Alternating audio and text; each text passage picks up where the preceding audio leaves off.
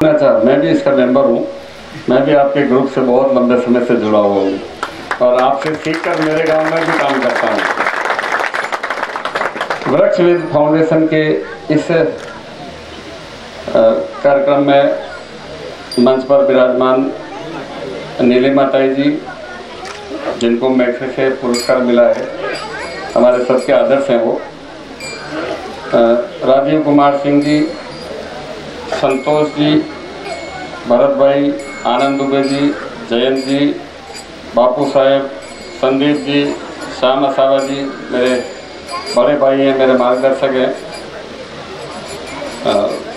सुरेश चितले जी और वृक्षवेद फाउंडेशन की टीम की, अंजनापुर की टीम, दूसरे team, Dhulia, KJS college, Sindhe वाली team, Sayali team, Balsane team, Asane team और यहाँ पर विराजमान सभी मेरे पिता समान बुजुर्ग, मातृशक्ति, युवा साथी, प्यारी बेटियाँ और प्यारे बच्चों, ये ऐसे कार्यक्रम बहुत ही किस्मत से भाग्यशाली लोगों के द्वारा आयोजित किए जाते हैं। मैं आपकी टीम से बहुत लंबे समय से संपर्क में हूँ और आपकी टीम मेरे गांव में आई थी। कौन से सन में आई थी ये तो मुझे नहीं मालूम है। कब आए थे?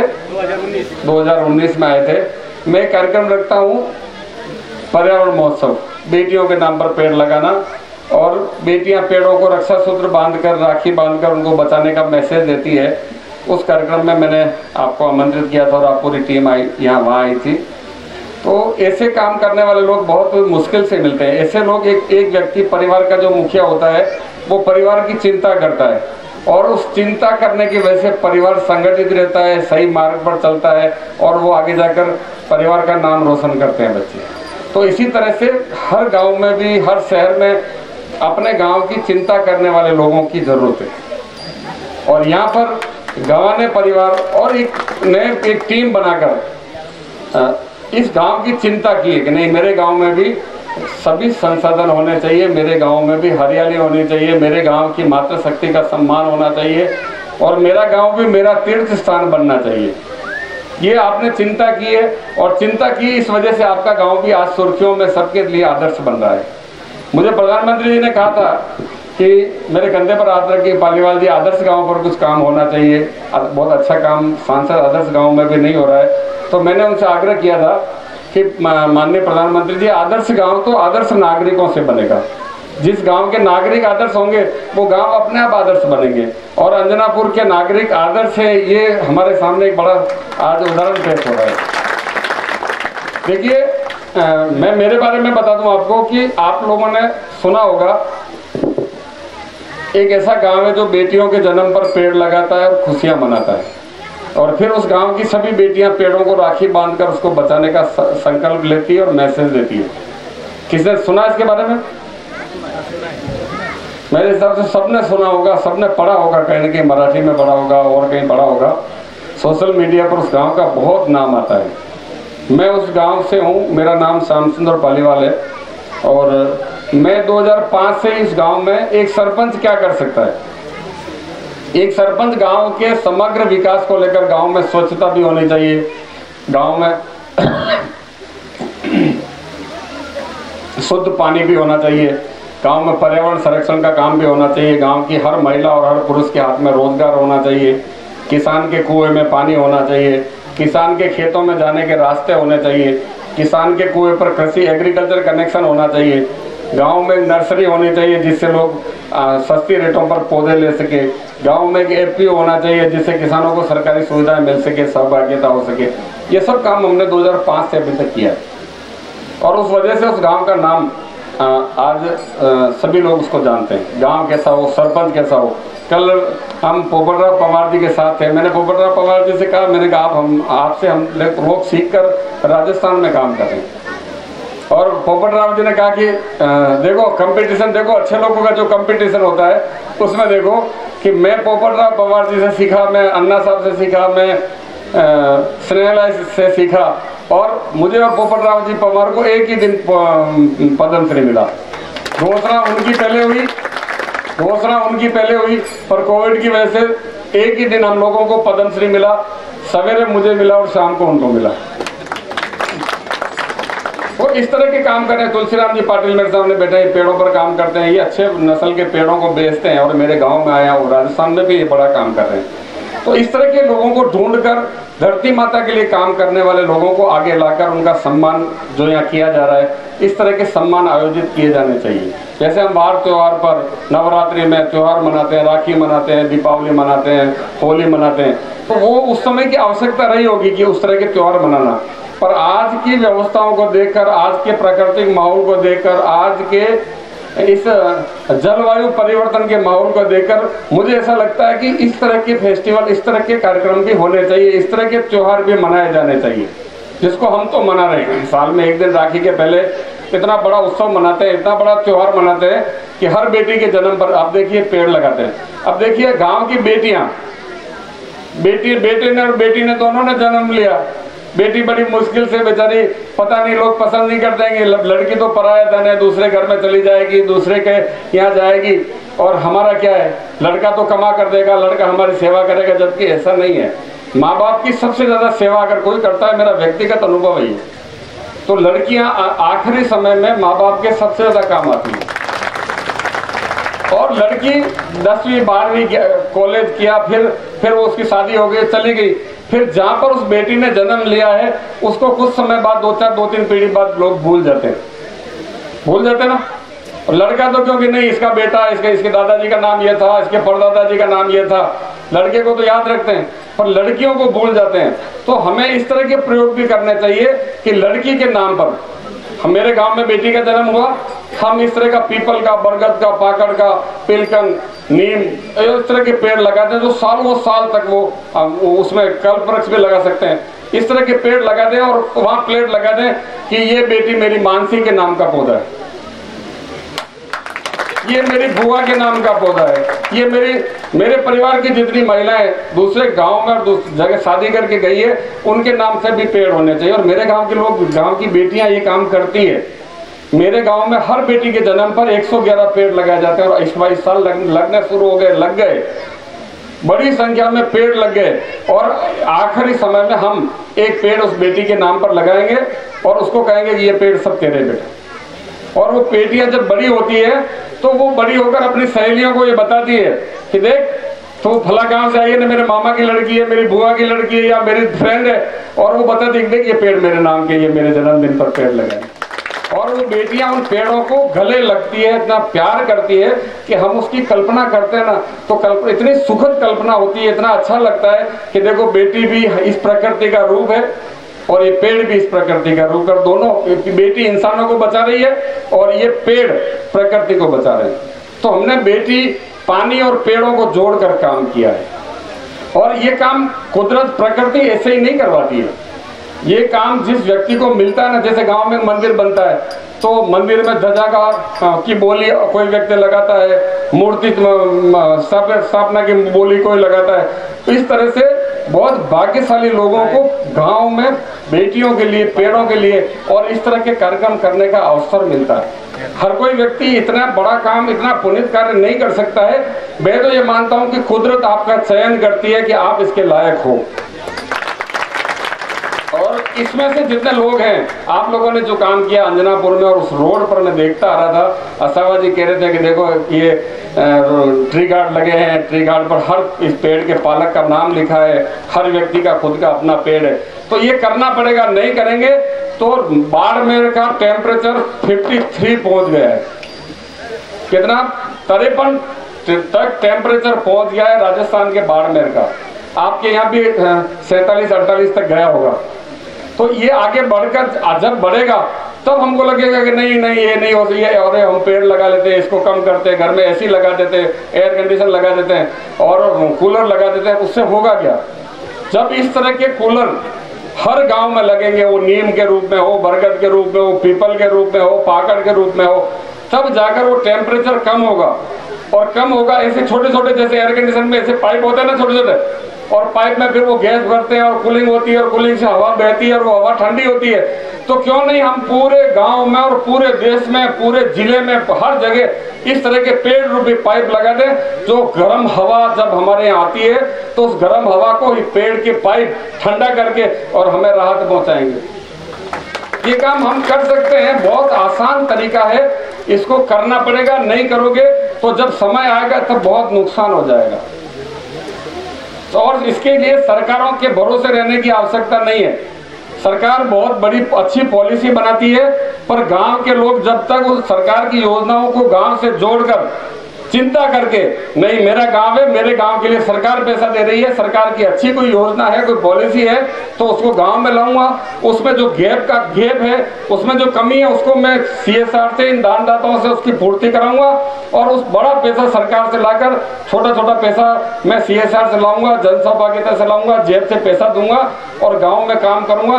तो फिर अंजनापुर और पिपलांतरी, रालेगढ़ सिटी, हिवरे बाजार जैसे गाँव तैयार होंगे। और ये नहीं करोगे तो आने वाली पीढ़ी, जो गांव नहीं करेगा, ये गांव कर रहा है अंजनापुर, तो आने वाली पीढ़ियां इसको आशीर्वाद देगी, आप लोगों को आशीर्वाद देगी। और जो गांव काम नहीं करेगा उस गांव में आने वाली पीढ़ियां आप लोगों को लानत भेजेगी, गालियां देगी और कहेगी कि मेरे पूर्वज नाजोगे थे, कोई काम के नहीं थे, हमारे लिए इतना हाई टेम्परेचर और बेरोजगारी छोड़कर गए। ये आप लोगों को करना पड़ेगा, तब जाकर हम लोग कहीं ना कहीं हमारे आने वाली पीढ़ियों को बचा पाएंगे और इस काम को करके और हम अमर हो सकते हैं। हमारी जनसंख्या के आधार पर कई प्रयोग कर सकते हैं, हम कई नवाचार कर सकते हैं कि एक गांव में 5000 की आबादी है, तो हम हर वर्ष सरकार की विभिन्न योजना में, जन सहभागिता में, रोड के किनारे, स्कूलों में, आंगनवाड़ियों में, सड़कों में, सरकारी जमीनों पर, खेतों की मेड़ पर 5000 पेड़ लगाकर यह मैसेज दे सकते हैं कि मेरे गांव का कोई भी व्यक्ति मुफ्त का ऑक्सीजन नहीं लेता है, मुफ्त की लकड़ी का उपयोग नहीं करता है और मुफ्त की लकड़ी से उसका अंतिम संस्कार नहीं होगा। यहाँ तक कि हमने ऐसी व्यवस्थाएं करनी पड़ेगी और नहीं करेंगे तो आने वाला समय हमारे सबके लिए बहुत खतरनाक साबित होने वाला है। हम ऐसे उत्सव रखकर, ऐसे मोटिवेशनल कार्यक्रम रखकर लोगों को प्रेरित करें। एक परिवार में अगर 5 लोग हैं तो 5 पेड़ हर साल लगाएं और अगले साल 5 पौधों को पेड़ बताकर, ये देखिए हमारा पिछले साल लगा हुआ पेड़ है, इस साल हम 5 पेड़ और लगा रहे हैं। तो जनसंख्या के आधार पर पेड़ लगाना पड़ेगा। जितने पानी का उपयोग हम करते हैं पूरे साल भर तक, उस पानी को बचाना पड़ेगा। बरसात का पानी हमें सेव करना पड़ेगा, चाहे वो वाटर पॉन्ड हो, खेत तलाई हो, गांव में तालाब बनाकर हो, ट्रेंचेस खोदकर हो या एनीकट बनाकर हो। धरती माता को पानीदार बनाना पड़ेगा और जहाँ पर धरती माता पानीदार हो गई वहाँ फिर ये काम बहुत आसानी से हो जाएगा। बेटियाँ शिक्षित होनी चाहिए, बेटियां आत्मनिर्भर होनी चाहिए, गांव में इस तरह के रोजगार होने चाहिए कि गांव की हर महिला के हाथ में कोई ना कोई रोजगार हो। ये आपके यहाँ नीम के बहुत बड़े पेड़ लग रहे हैं, तो नीम के पेड़ों की निमोली को इकट्ठा करके और उसकी खली बन सकती है, उसका तेल निकल सकता है। ऐसे छोटे रोजगार गांव में रामबाग लगाकर, रामबाग से जो रोडों के किनारे एक कैक्टस प्रजाति का पौधा है, रस्सियां बनाई जा सकती है। गांव में बड़ी संख्या में जैसे हम नीम के पेड़ लगा रहे हैं तो आंवले के पेड़ लगा सकते हैं, बम्बू बांस के पेड़ लगा सकते हैं, तो बांस के आधारित छोटे मोटे उद्योग करके गांव के लोगों को रोजगार दे सकते हैं, आंवले से आधारित उद्योग दे सकते हैं।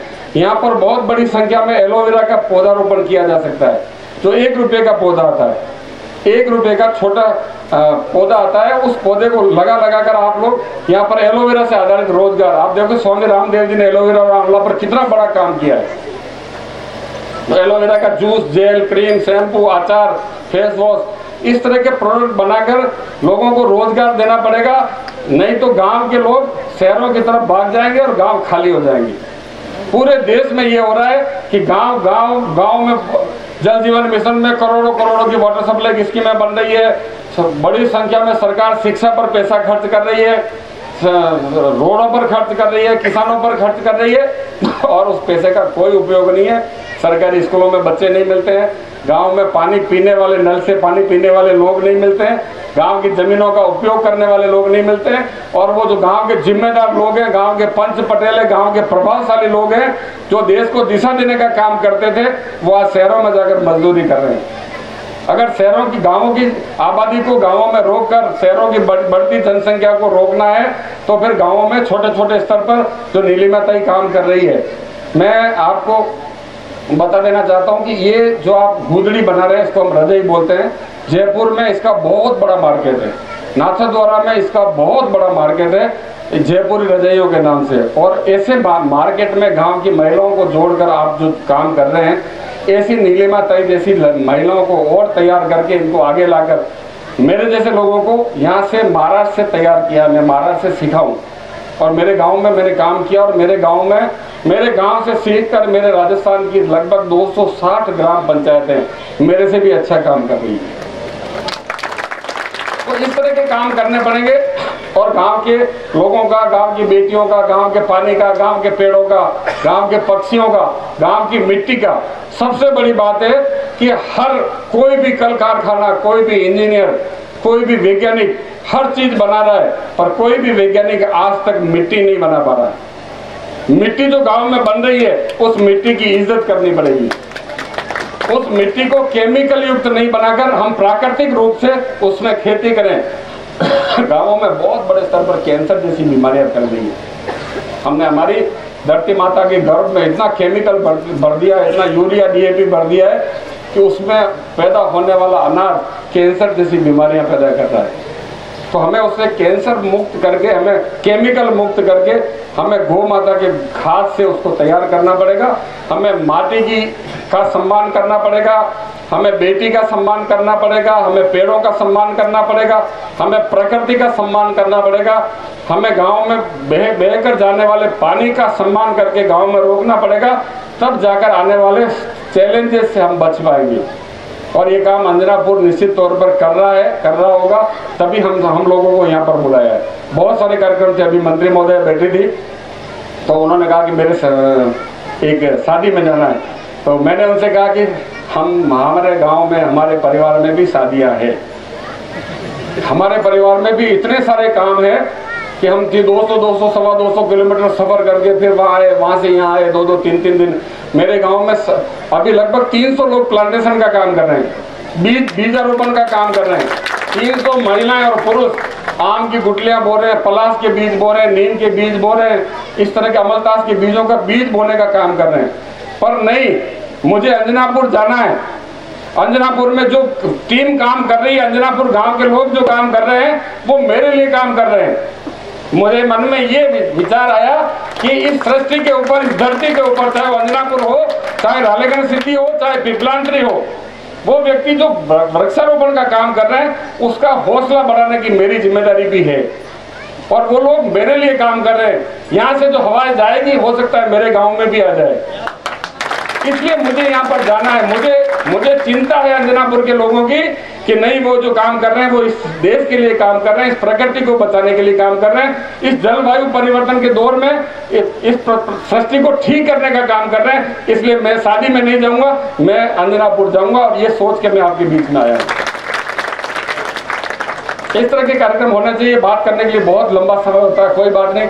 आप पिपलांत्री को देखने के लिए यूट्यूब पर, गूगल पर पिपलांत्री सर्च कीजिए, उसमें बहुत सारे लोग अपने अपने विचार डालते हैं, आप भी देखिए। और मैं तो ये चाहता हूं कि रालेगण सिटी का जितना नाम है, हिवरे बाजार का जितना नाम है, उतना नाम इस गांव का भी होना चाहिए। आने वाले समय में मैं कहता हूं कई बार कि खुद ही को कर बुलंद इतना कि खुदा खुद तुझसे पूछे तेरी रजा क्या है। इस सरकार की नीति बनाने वाले, नीति आयोग के लोग आपसे आकर पूछे, देश के आईएएस आपसे आकर पूछे कि यार ये काम आपने कैसे किया, ये तो पूरे देश में होना चाहिए। और वो तभी होगा जब आपका काम दिखेगा।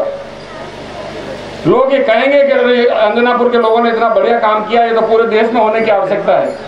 तो ये काम आपको लगातार जारी रखने की आवश्यकता है। मुझे अन्ना साहब ने कल बहुत वहां से जब मैं निकला था तो निकलते समय मुझे वापस बुलाया उन्होंने, इधर आओ, आपको जाते जाते एक बात कहनी है। तो मुझे ऐसा लगा कि एक पिता अपने बेटे को किस तरह से आशीर्वाद देता है, उसको नसीहत देता है, वैसा मुझे लगा, वैसी मुझे मेरी फीलिंग हुई। उन्होंने मुझे कहा कि कभी भी हताश मत होना, ये जो तुम लोग काम कर रहे हो ना, ये काम हताश करने का काम है। लोग इसका बहुत विरोध करते हैं, लोग बहुत परेशान करते हैं, तो कभी हताश मत होना, कभी पीछे मुड़कर मत देखना और जहर का घूंट, अपमान का घूंट पीने की आदत डालना। मुझे ऐसा लगा कि मेरे पिताजी अभी नहीं है मेरे बीच में, पर ऐसे बुजुर्ग व्यक्ति जिनको पूरे जीवन का अनुभव है, उस व्यक्ति ने मुझे यह नसीहत दी, मुझे शिक्षा दी। ऐसे लोगों के साथ रहकर हम सब लोग आगे बढ़े। इस देश को हमारे जैसे लोगों की आवश्यकता है, इस देश को हमारे जैसे लोगों की आवश्यकता है। कैसे हम सब लोग जो बैठे ना प्रकृति की चिंता कर रहे हैं, हमें हमारे जो पूर्वज हैं जो बहुत बड़े काम करके गए, छत्रपति शिवाजी महाराज, महाराणा प्रताप और भी बहुत सारे लोग हैं, वो चले गए, वो हमारे आदर्श हैं। पर आज की आवश्यकता ये है, आज की आवश्यकता हमारे जैसे लोगों की, जो प्रकृति की चिंता कर रहे हैं, जो पानी की चिंता कर रहे हैं, आने वाले कल की चिंता कर रहे हैं। ऐसे लोगों को बहुत मजबूती से काम करने की आवश्यकता है और इस देश को आगे बढ़ाने की आवश्यकता पर हम सब लोग काम कर रहे हैं। इसलिए उसमें मैं भी हूँ और आप भी हैं, हम सब भाई एक ही परिवार के लोग हैं, एक ही टीम के लोग हैं और एक दूसरे का हौसला बढ़ाने के लिए हम सब लोग तत्पर आगे रहें और रहते हैं। देखो श्यामा सावा जी, नीलिमा दाई जी और ऐसे बहुत सारे लोग हैं जो सबकी चिंता करते हैं। मैं राजस्थान में रहता हूँ, पर सावा जी मेरी चिंता करते हैं, अरे श्याम जी आप कैसे हो, आपको कोई परेशानी तो नहीं है। तो कई बार होता है ऐसा। तो ये सब चीज़ें समझकर हम सब लोगों को काम करने की आवश्यकता है। बहुत सारे नेगेटिव पॉइंट है। कल मैं वहाँ बैठा था इनके साथ नीलिमा ताई के पास, तो ये चर्चा हो रही थी कि एक बड़ा व्यापारी 1 करोड़ पेड़ लगा रहा है। कितने? एक बड़ा व्यापारी अपने CSR मत से 1 करोड़ पेड़ लगा रहा है, उसमें से 25% ही बचेंगे, 25 लाख पेड़ ही बचेंगे आने वाले समय में, आने वाले साल भर के बाद। क्योंकि पेड़ देखो, एक बच्चा, बहुत सारे लोग ये कहते हैं कि बच्चों को, पेड़ों को बच्चों की तरह पालना पड़ता है। नहीं, ऐसा नहीं है। पेड़ों को बच्चों से भी ज्यादा ढंग से, ज्यादा और लाड़ दुलार से पालना पड़ता है। क्योंकि बच्चा तो चिल्लाता है, बच्चा तो रोता है, बच्चा बीमार हो जाता है तो बच्चे का टेम्परेचर, माँ को पता लग जाता है कि मेरे बच्चे को ताव आ गया, बुखार आ गया है। पर पेड़ तो कुछ भी नहीं बोलता है और सूख जाता है। उस पेड़ को तो बहुत ही बच्चों से भी ज्यादा सहेजने की जरूरत पड़ती है।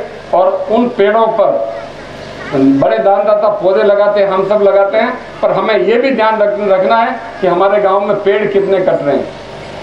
एक सरपंच, कल हमने उसको पकड़वाया है, अभी न्यूज चैनलों पर चल रहा है। उसको पुलिस ने भी, उसको फॉरेस्ट ने उसकी गाड़ियां जब्त की है, पुलिस ने उसको गिरफ्तार किया है। एक दानदाता 1 करोड़ पेड़ लगा रहा है और एक गांव का सरपंच 1 करोड़ पेड़ कटवा रहा है। अब देखिए कितना बड़ा। तो हमें पेड़ पौधे लगाने के साथ इन पेड़ों को बचाना भी है, ये आप ध्यान रखिए। आने वाले समय में मैं ये मानता हूँ कि अंजनापुर का भी बड़ा नाम होगा और गांव आसपास के लोग यहाँ आकर सीखेंगे। और अंजनापुर जैसे गांव हर एक 10-20 पंचायतों के बीच में तैयार होने चाहिए। तो कम से कम 10-20 पंचायतें वहाँ जाकर सीखे कि इस तरह के काम हो रहे हैं, तब जाकर पूरे देश में काम होगा। आपने यहाँ बुलाया, सम्मान दिया, इसके लिए बहुत बहुत धन्यवाद। आशा करता हूँ कि आप सब लोग एक बार पिपलांत्री आए, देखें वहाँ पर, और वहाँ पर हम किस तरह से उस राजस्थान के एरिया में जहाँ पर टेम्परेचर 50 के आसपास जाता है, धरती ऊपर से तो आसमान इतना गर्म होता है और नीचे से हमारी जमीनें इतनी गर्म हो जाती है कि उसमें पेड़ के तने में जब हम पानी देते हैं तो वो पौधा पानी देने से सूख जाता है। क्या पौधे को पानी देने से तो वो जिंदा रहता है ना, हमारे यहाँ पौधा पानी देने से सूख जाता है। तो लोगों को सिखाते हैं कि आज पानी दिया है, इसको कल वापस पानी देना, परसों पानी, 3 दिन तक लगातार पानी देंगे तो ये पौधे को थोड़ा राहत मिलेगी, ठंडा पड़ेगा। ये जमीन जब तक ठंडी नहीं पड़ेगी तब तक ये पौधा चलेगा नहीं। तो इस तरह के पौधे लगाकर, सीख कर, नई आइडिया सीख कर हम गाँव विकास पर काम करेंगे और गाँव का विकास होगा तभी जाकर देश का विकास होगा। आपका बहुत बहुत धन्यवाद, आभार।